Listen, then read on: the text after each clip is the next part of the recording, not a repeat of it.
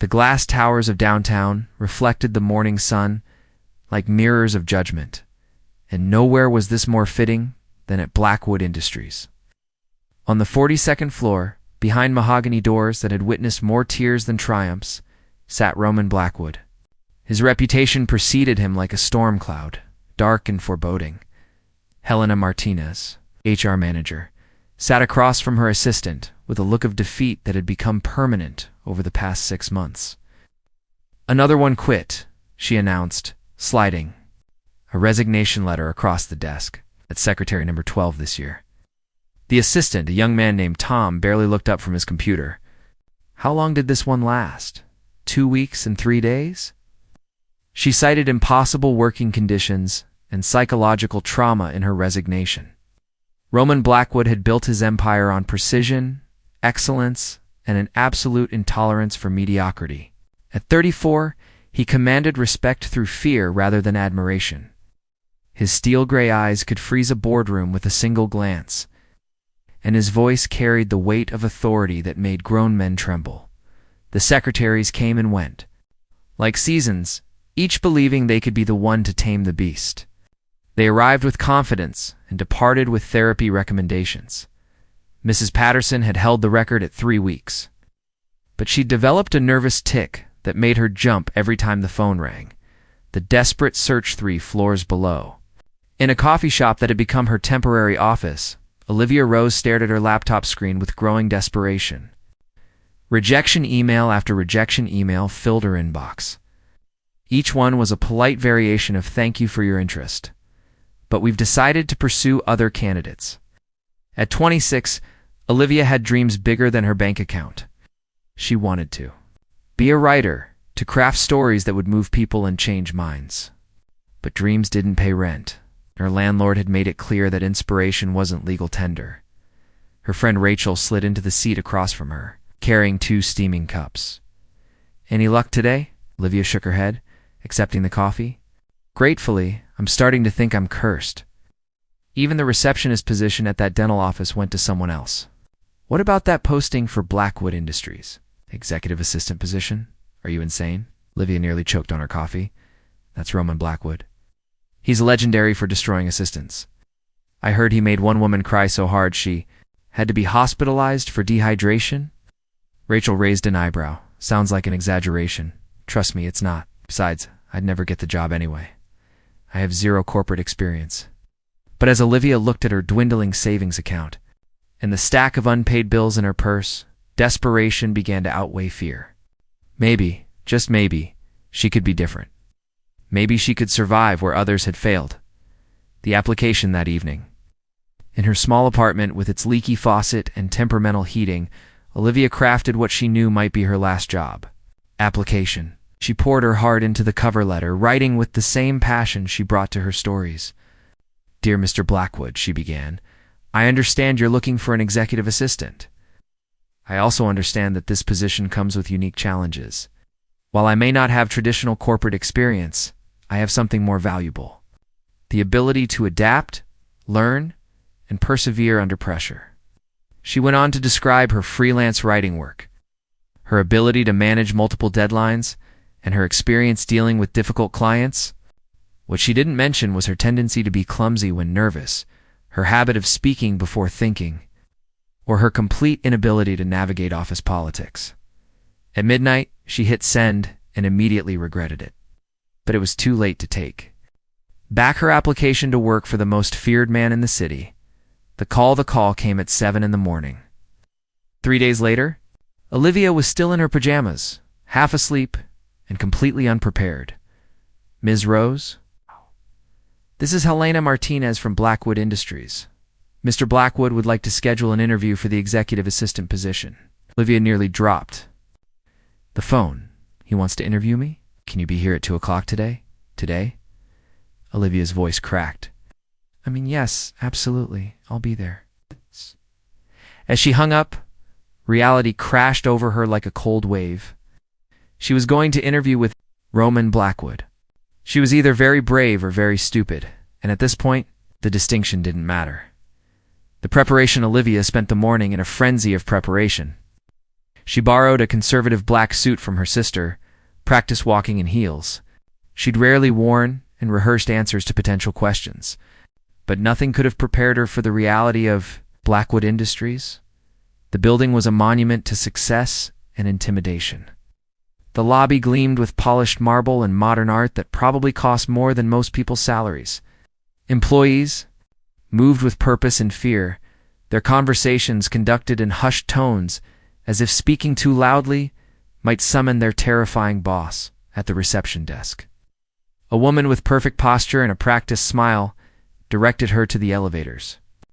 42nd floor, Helena Martinez will meet you there. The elevator ride felt like an eternity. Olivia checked her reflection in the polished steel doors, trying to tame a stubborn curl that had escaped her carefully constructed bun. Her palms were sweating, and she could feel her heart beating against her ribs like a trapped bird. The collision. Elevator doors opened to reveal a hallway that screamed expensive taste and quiet efficiency. Olivia stepped out, immediately overwhelmed by the hushed atmosphere and the weight of expectation that seemed to hang in the air like incense. She was so focused on not tripping in her borrowed heels that she didn't notice the man striding toward her until it was too late. The collision was inevitable, and physics dictated that her large coffee would find its target with unerring accuracy. The steaming liquid splashed across an impeccably tailored charcoal suit, staining the crisp white shirt beneath. Time seemed to freeze as Olivia watched the dark stains spread across the expensive fabric, her brain struggling to process the magnitude of her mistake. "Oh my God, I'm so sorry," she gasped, fumbling in her purse for tissues that she knew wouldn't be adequate for this disaster. "I'm such an idiot. Let me help you clean that."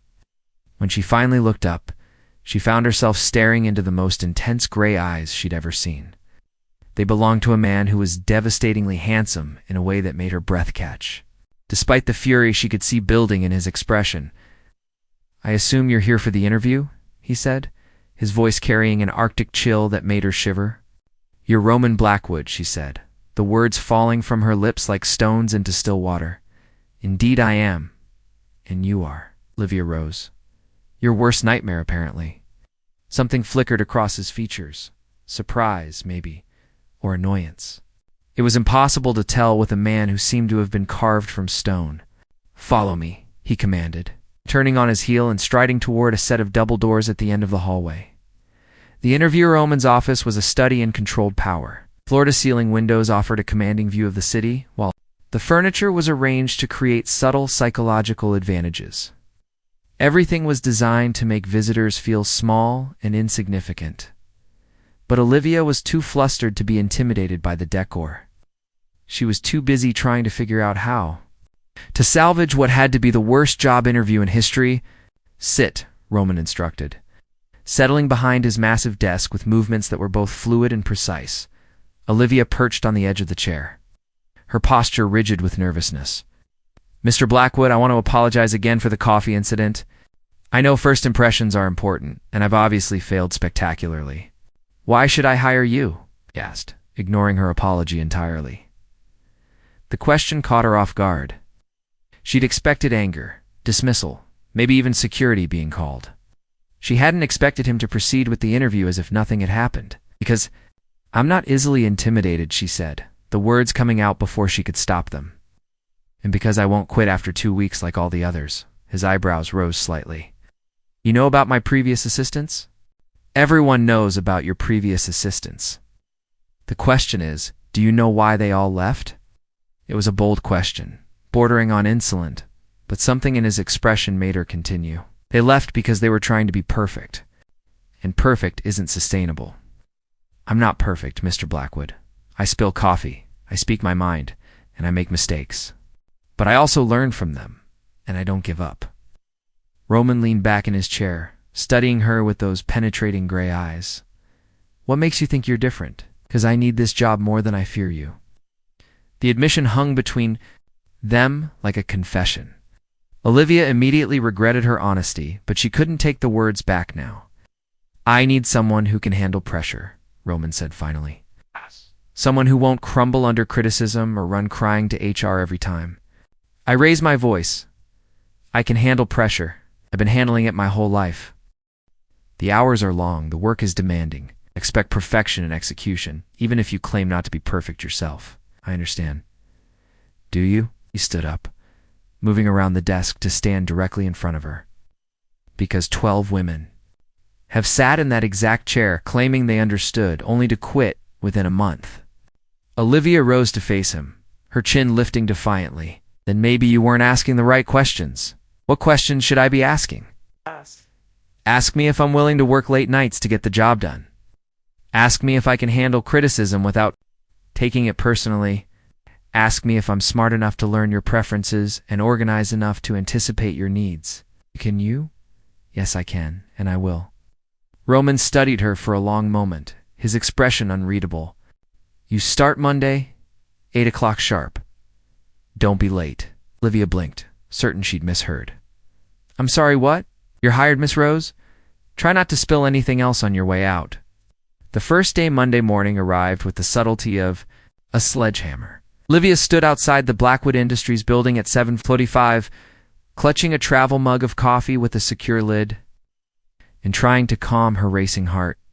She'd spent the weekend researching everything she could about Roman Blackwood and his company. What she'd found painted a picture of a man who was brilliant, ruthless, and completely dedicated to his work. He'd built his empire from nothing, transforming a small investment firm into a multinational corporation through sheer force of will and an unwavering commitment to excellence. The elevator ride to the 42nd floor felt different this time. She was no longer a nervous applicant. She was Roman Blackwood's new assistant. The weight of that responsibility settled on her shoulders like a heavy cloak. Helena Martinez met her at the elevator with a mixture of sympathy and curiosity. So, you're the one who survived the coffee incident, she said, leading Olivia to a desk positioned strategically outside Roman's office. Survived is a strong word, Olivia replied. I'm still not sure what happened. What happened, Helena said, is that you're the first person in 6 months to stand up to him instead of cowering. He respects strength, even when it comes in an unconventional package. The desk was equipped with everything she could possibly need. A state-of-the-art computer, multiple phone lines, and a stack of files that looked intimidating enough to fell a small tree. Helena spent the next hour explaining the systems, the protocols, and the countless ways she could accidentally trigger Roman's wrath. He drinks his coffee black, no sugar, takes lunch at his desk unless he has a client meeting, hates interruptions. During his morning review, which happens from 8 to 9:30, and whatever you do, never ever reschedule a meeting without his explicit approval. At exactly 8 o'clock, Roman strode through the office doors like a force of nature. He was immaculate in a navy suit that probably cost more than Olivia's rent, his dark hair perfectly styled, and his expression set in its default mode of controlled intensity. Ms. Rose, he said without breaking stride. My office. Now. The first Testramon's office felt different in the morning light. The city spread out below them like a conquered territory, and the man behind the desk seemed to survey it all with the satisfaction of a general reviewing his troops. Your first task, he said, sliding a thick file across the desk, is to organize the Morrison account. Everything is in chaos, and I need it sorted by lunch. Olivia opened the file and immediately understood why his previous assistants had quit. The contents were a nightmare of mixed-up contracts, scattered correspondence, and financial documents that seemed to have been arranged by someone with a vendetta against organization. Any questions? Roman asked, his tone suggesting that questions were strongly discouraged.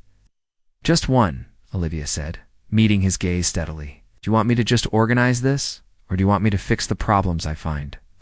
Something shifted in his expression. What problems?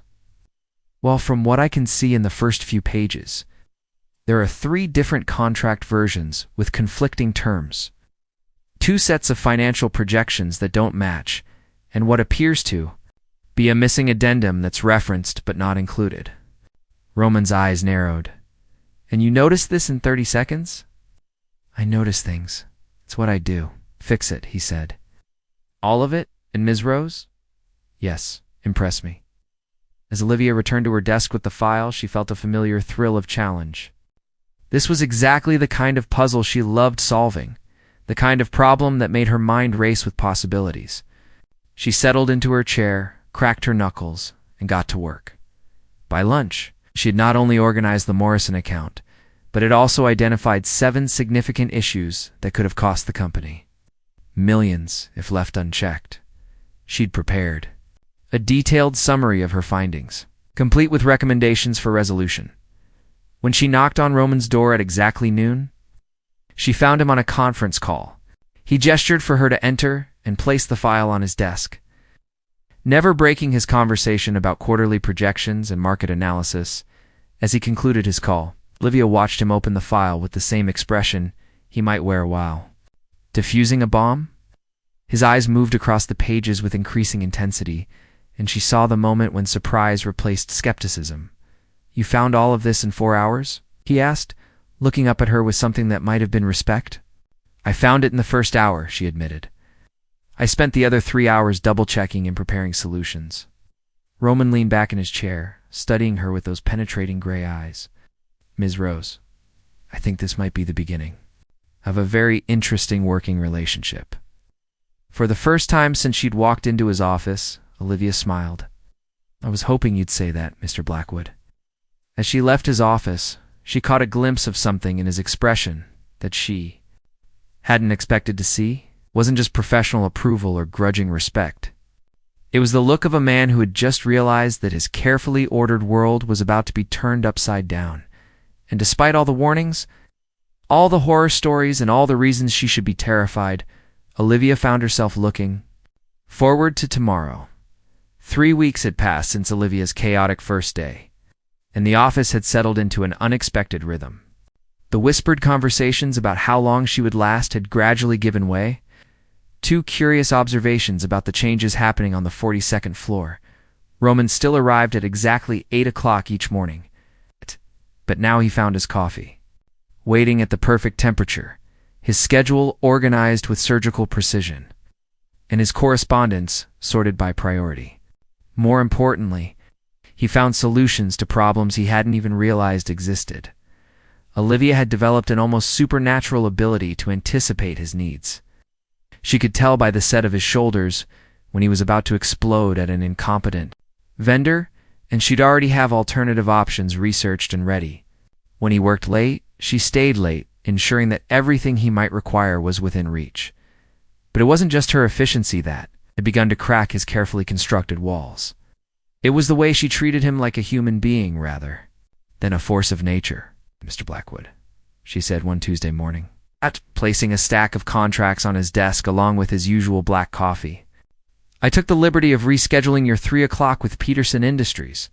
Roman looked up sharply. "I specifically told you never to reschedule meetings without my approval." "You did," she agreed calmly. "But Peterson's CFO called this morning to inform us that their CEO is in the hospital with appendicitis. They wanted to reschedule anyway. I moved it to Thursday at 10, which gives you time to review the additional financial reports I requested from their accounting department." Roman stared at her for a moment, his prepared lecture dying on his lips. "You requested additional reports? Their preliminary numbers seemed optimistic. I thought you'd want to see the breakdown before committing to anything." "And if I hadn't wanted those reports?" Olivia smiled, the expression transforming her face from merely pretty to genuinely radiant. "Then I would have looked foolish, and you would have reminded me that thinking ahead of my position isn't part of my job description." "It isn't," he said, but there was no heat in his voice. "No, but preventing you from making decisions based on incomplete information is..." Roman found himself fighting back what might have been a smile. This woman continued to surprise him at every turn. The late-night revelations. It was nearly 10 o'clock on a Thursday when Olivia noticed the light still burning in Roman's office. The rest of the floor had emptied hours ago, leaving them alone. In the hushed atmosphere of the after-hours business world, she knocked softly on his door. Carrying a fresh cup of coffee and a sandwich from the deli downstairs. "You missed dinner again?" Roman looked up from the sea of documents spread across his desk, his usually perfect hair slightly disheveled from running his hands through it. I didn't ask for food, no, but you haven't eaten since the granola bar you had at lunch, and that was 8 hours ago. She set the sandwich and coffee within reach. Even machines need fuel, Mr. Blackwood. I'm not a machine, he said, the words coming out more defensively than he'd intended. No, she agreed, settling into the chair across from his desk without invitation. You're not. But sometimes you act like you think you should be. Roman studied her face in the soft lighting of his desk lamp. What makes you an expert on what I should or shouldn't be? Not an expert on anything, Olivia said honestly, but I'm a good observer. And what I observe is a man who's forgotten. That success means nothing if you don't have anyone to share it with. The words hung between them like a challenge. Roman felt something crack inside his chest, a fissure in the armor he'd spent years perfecting. You don't know anything about my life, he said quietly. You're right. I don't know about your life. Outside these walls, but I know that you arrive before anyone else and leave after everyone's gone. I know that you work weekends and holidays. I know that in the 3 weeks I've been here, no one has called you just to see how you're doing. Roman's jaw tightened. Prefer it that way, do you? She asked gently. Or is it just easier than risking disappointment? The question hit him, like a physical blow.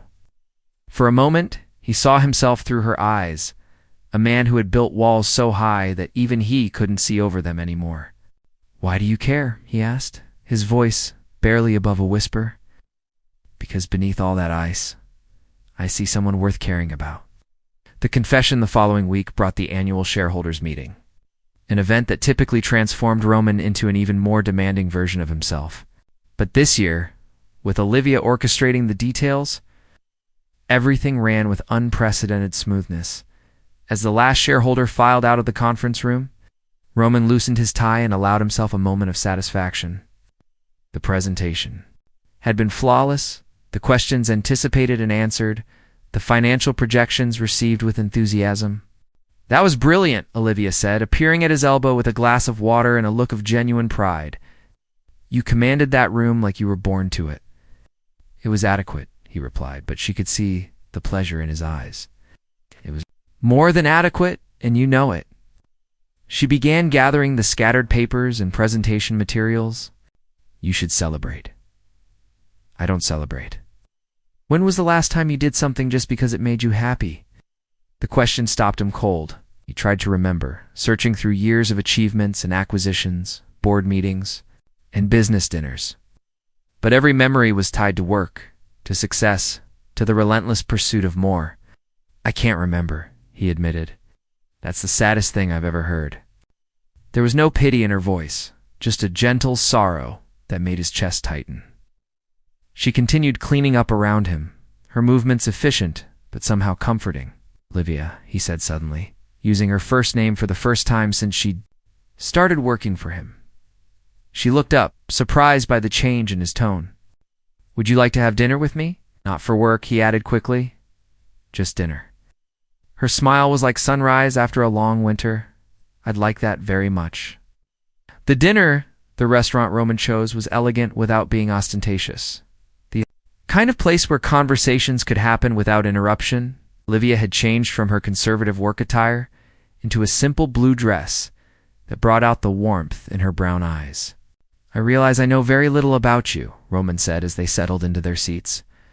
Beyond your impressive organizational skills and your apparent immunity to intimidation, what would you like to know? Everything, he said, then seemed surprised by his own honesty, so she told him. About growing up in a small town where everyone knew everyone else's business, about her dreams of becoming a writer and the rejection letters that had piled up like autumn leaves, about her father who'd worked 3 jobs to put her through college, and her mother who still called every Sunday to make sure she was eating enough vegetables. They sound wonderful, Roman said, and there was a wistfulness in his voice that made her heart ache. They are. What about your family? His expression shuddered immediately. There's not much to say. There's always something to say. Roman was quiet for so long that she thought he wouldn't answer. When he finally spoke, his voice was carefully controlled. My father built this company from nothing. He was brilliant, driven, absolutely focused on success. He was also incapable of showing affection to anyone, including his only son. And your mother? She died when I was 12. Cancer.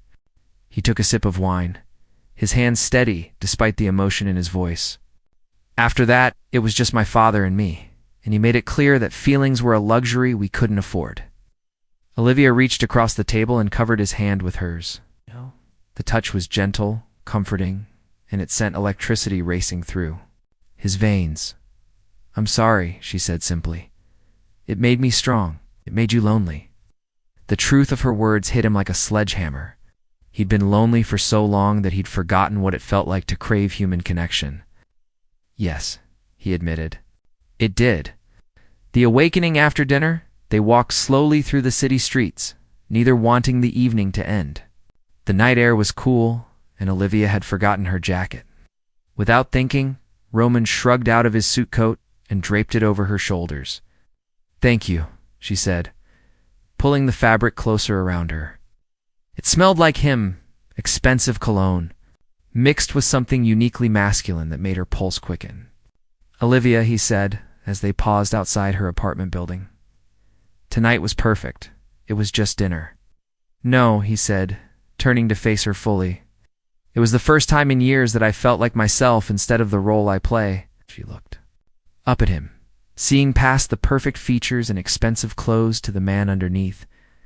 Who are you when you're not Roman Blackwood, CEO? I don't know, he admitted. I've been playing that role for so long, I'm not sure there's anything else left. There is, she said with quiet certainty.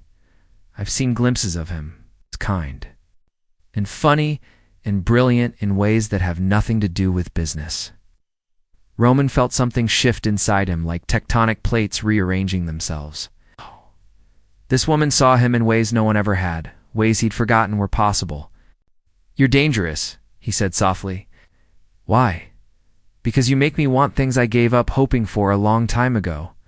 The space between them seemed to shrink until they were standing close enough that she could see the flecks of silver in his gray. Eyes close enough that she could feel the warmth radiating from his body. Close enough that when he reached up to cup her cheek, she leaned into the touch, like a flower turning toward the sun. What kind of things? She whispered. You, he said. Simply, I want you. The next morning arrived with an awkwardness that could have cut glass. Olivia sat at her desk, trying to focus on scheduling Roman's appointments, while her mind replayed every moment of their dinner. Every word they'd shared, and especially those final moments outside her apartment when the world had narrowed down. To just the two of them, they hadn't kissed. They'd stood there, breathing the same air, hearts racing in synchronization, till the spell had been broken by a passing taxi, and they'd both stepped back like teenagers caught by their parents. Roman emerged from his office at exactly 9 o'clock, looking as impeccable as always. But Olivia noticed the slight tension in his shoulders, the way his eyes didn't quite meet hers when he spoke. I need the Morrison contracts reviewed by noon, he said, his tone deliberately professional. Of course, Mr. Blackwood. The formal address hung between them like a wall they'd both decided to rebuild overnight. But Olivia wasn't about to let him retreat completely. I enjoyed last night, she said quietly, when no one else was around to hear. Roman paused in the doorway of his office. So did I, but you're regretting it. He turned to face her, and she saw the war playing out in his expression. Da-da-da-da-da-da-da. I'm questioning the wisdom of it. Why? Because you work for me. Because I'm your boss. Because mixing business with personal feelings is a recipe for disaster. Or it's a recipe for happiness, she countered. You can't know which until you try. I've built everything I have by avoiding unnecessary risks. And what if this isn't unnecessary? What if this is the most necessary risk you've ever taken? The business trip to days later, Roman announced that they would be traveling to Chicago for a crucial client presentation. The trip was legitimate, business, but Olivia couldn't help wondering if he was testing himself. Testing them by putting them in close quarters away from the familiar boundaries of their office. The flight was professional, cordial, and absolutely torturous. They sat side by side in first class, their arms occasionally brushing as they worked on laptops. Each touch sending sparks through the careful distance they were trying to maintain. At the hotel, there was a mix-up with the reservations.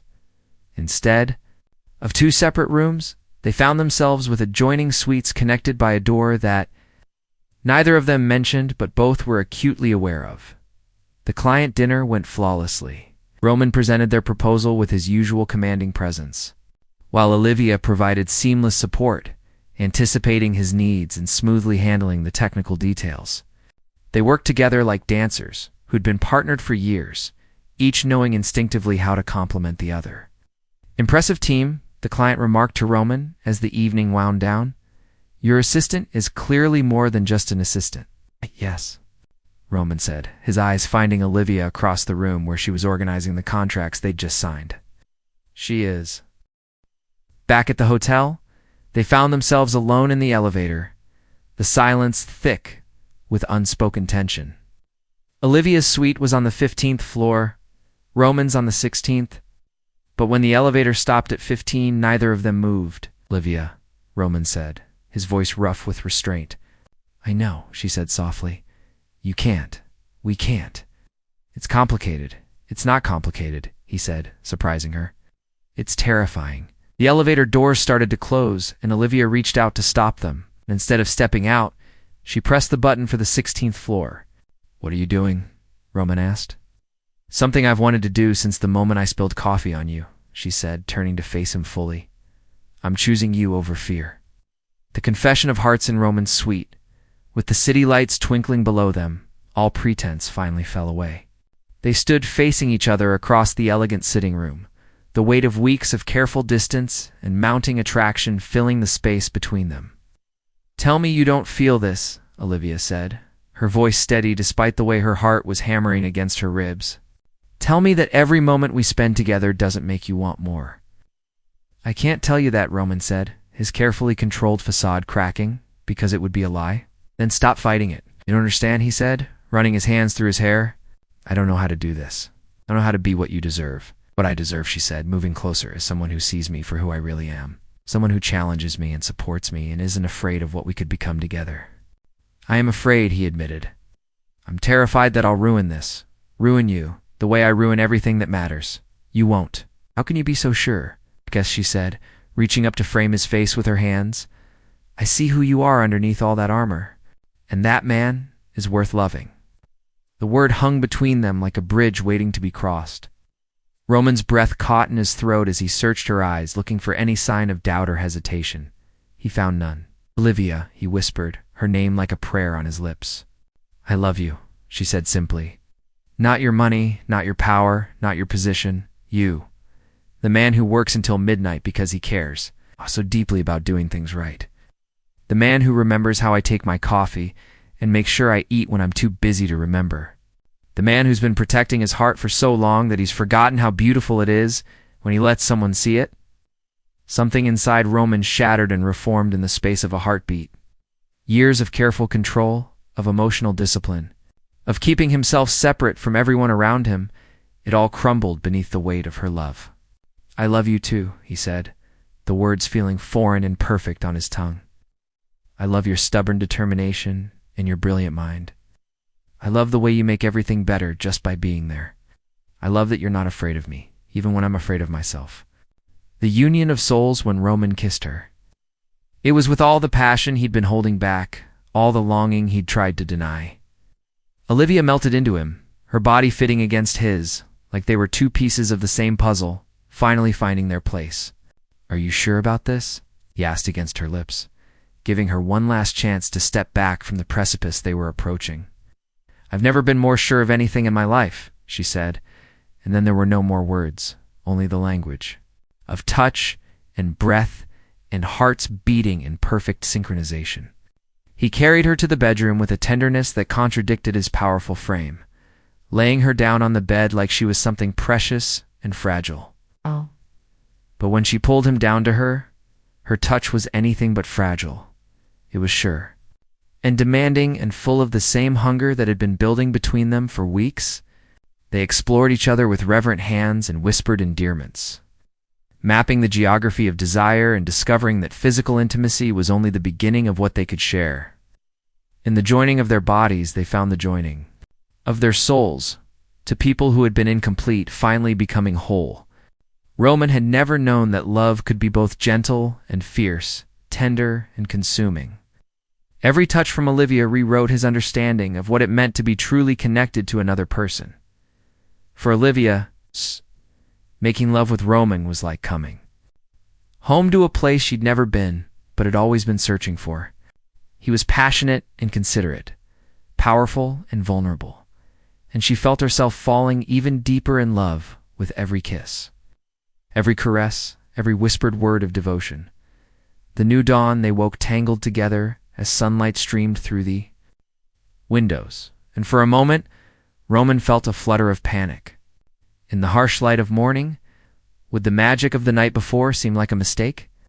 But then Olivia stirred in his arms, smiled up at him with sleepy contentment, and pressed a soft kiss to his chest, right over his heart. The panic dissolved, replaced by a peace he'd never experienced before. "Good morning," she murmured against his skin. "Is it?" he asked, genuine uncertainty in his voice. She lifted her head to look at him properly. "Having second thoughts already?" "I'm having thoughts I've never had before," he admitted. "Wondering what this means for us, for work, for everything."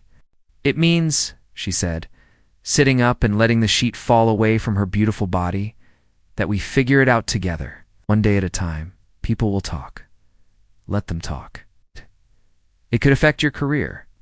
My career is what I make of it, not what other people think of it." Roman reached up to tuck a strand of hair behind her ear, marveling at how natural the gesture felt. "How did I get so lucky?" "You spilled coffee on yourself," she said with a grin that made his heart flip over in his chest. "You spilled coffee on me?" "Details," she laughed, and the sound was better than any music he'd ever heard. The return home, the flight back to New York, was different from the journey out. They still maintained professional boundaries in public, but now there was an undercurrent of intimate knowledge, of shared secrets and whispered promises. Roman found himself catching glimpses of Olivia throughout the day and remembering the way she'd looked in his arms, the sounds she'd made when he'd touched her in just the right way. Olivia. For her part, was discovering that being in love with Roman Blackwood was even more intoxicating than she'd imagined. Knowing that beneath his controlled exterior was a man who loved her with fierce devotion made every mundane moment feel charged with possibility. When they returned to the office, they slipped back into their professional roles with practiced ease. But now their efficiency came from a deeper understanding, an almost telepathic connection that made them even more formidable as a team. Helena noticed immediately. "Something's different about you two," she observed when Olivia stopped by her office to drop off some paperwork. "Different how?" Olivia asked, trying to keep her expression neutral. "You're both happy. I mean, you were professional before, but now there's this energy. Like you're both part of some wonderful secret." Olivia couldn't suppress her smile. "Maybe we are." The public declaration. It was 3 weeks after Chicago when Roman made his decision. He was reviewing quarterly reports when he looked up to find Olivia organizing his schedule for the following week. Her brow furrowed in concentration as she worked. The afternoon sun caught the highlights in her hair, and he was struck by how naturally she belonged in his space, in his life. He'd spent weeks worrying about the professional implications of their relationship, but watching her now, he realized that she made him better at everything, including his job. "Olivia," he said, and something in his tone made her look up immediately. "Yes, have dinner with me tonight. Somewhere public, somewhere people will see us together." She set down her pen, understanding immediately what he was really asking. "Are you sure? I'm tired of hiding how I feel about you. I'm tired of pretending that you're just my assistant when you're so much more than that. People will definitely talk. Let them talk. I love you, and I'm not ashamed of that. I don't want to be." Olivia's smile was radiant.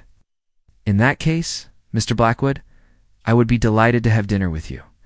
The conference room was packed with shareholders, reporters, and industry analysts, all waiting to hear Roman Blackwood's annual address. But this year, there was an addition to the usual agenda that had everyone buzzing with curiosity. Roman took the podium with his characteristic confidence, but those who knew him well could see the difference in him. The cold distance that had once defined him had been replaced by something warmer, more human. Ladies and gentlemen, he began, this has been our most successful year in company history. Revenue is up 30%. We've expanded into 5 new markets, and client satisfaction has reached an all-time high. He paused, his eyes finding Olivia in the front row. She was no longer just his assistant. She'd been promoted to Director of Communications, a role that utilized her writing, talents, and strategic thinking. But more than that, she was his partner in every sense of the word.